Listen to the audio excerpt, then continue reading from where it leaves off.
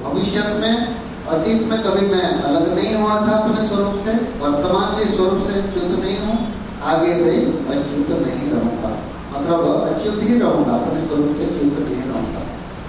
इति नाम शतम आद्यम विवृतम, यहाँ तक 100 नाम हो गया भगवान का व्याख्या।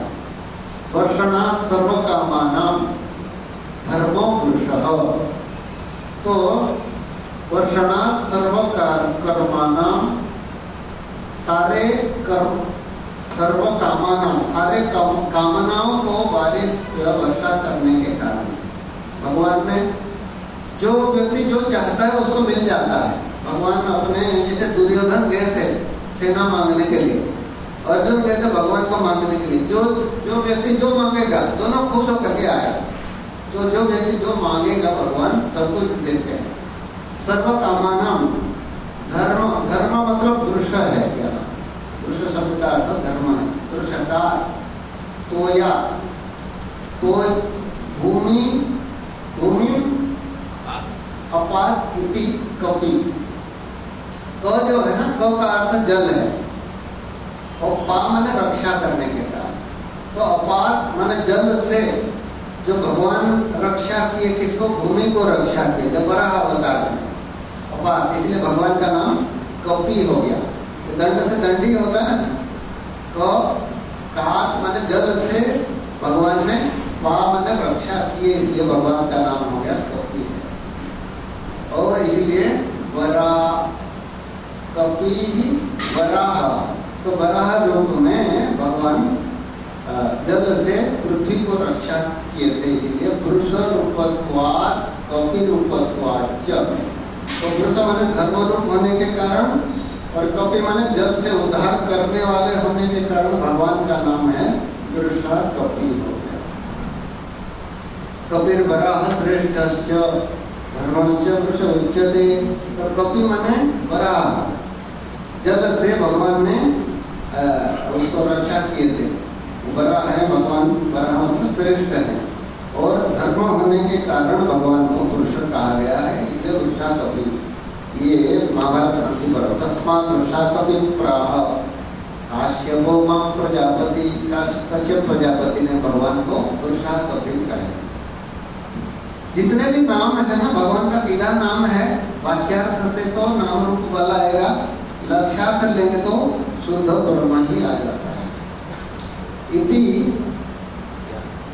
यान इति मातुम परिच्छेदुम न शक्यते, यान माने इतने कह करके नाप नहीं सकते भगवान को।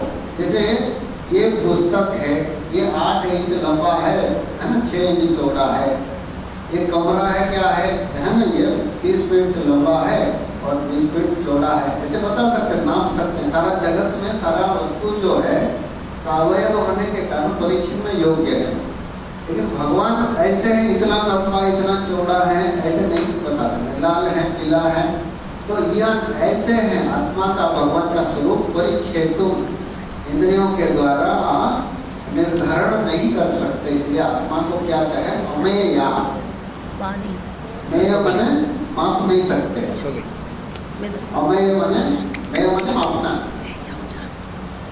मेय माने मापना, अमेय माने जिनको माप नहीं सकते, अनंत है।